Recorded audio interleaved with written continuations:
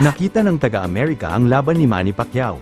Kontra dito sa Japanese MMA fighter, kung saan may mga pangdarayang ginawa itong kampo ng mga Hapon. Ayon sa mga boxing experts sa Amerika, ay may malaking tanong ang mga ito. Na bakit daw pumayag ang kampo ni Manny Pacquiao na sumabak sa mga maduduming taktika na nangyayari dito? Sa bansang Japan, sa ating mga Pinoy naman ay sanay na tayong makapanood ng laban Pinoy kontra sa Hapon.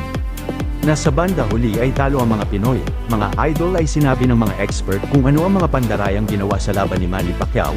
Number 1, ay yung last minute na pagpalit ng kalaban, kung baga ay hindi na nakapaghanda si Manny Pacquiao, at hindi na rin ito nakapag-adjust. Number 2 ay, ito mating na ginamit, kung saan ay makapalito, at ito ay ginagamit na pang MMA lamang, hindi po ito naka-design para sa boxing.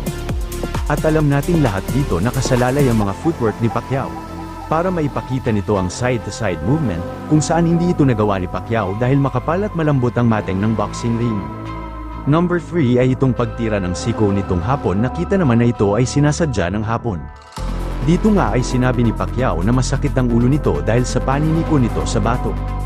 Sa edad kasi nito ay medyo delikado na ito pag tinamaan ng siko sa batok. At dito nga ay namamaga ang batok nito dahil sa mga tama ng siko. Pag tinamaan ka kasi ng palido sa batok, baka maging resulta ito ng pagka-comatose, kaya delikado ang lagay ng ating pangbato Manny Pacquiao.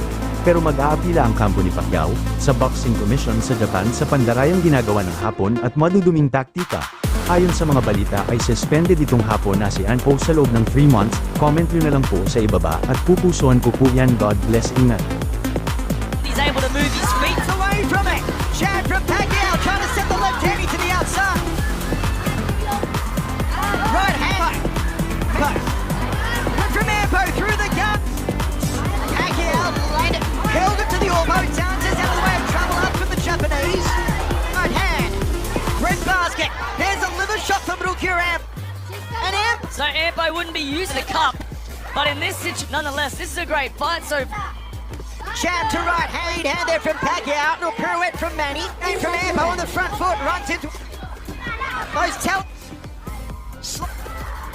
in front of 40,000. Sa labang ito mga idol ay 3 rounds lang, ang malaking kata ng mga idol kaya pa kaya ni Pacquiao na tumagal ng 12 rounds, para sa akin mga idol ay kaya pa ni Pacquiao na makipagsabayan sa mga kalaban.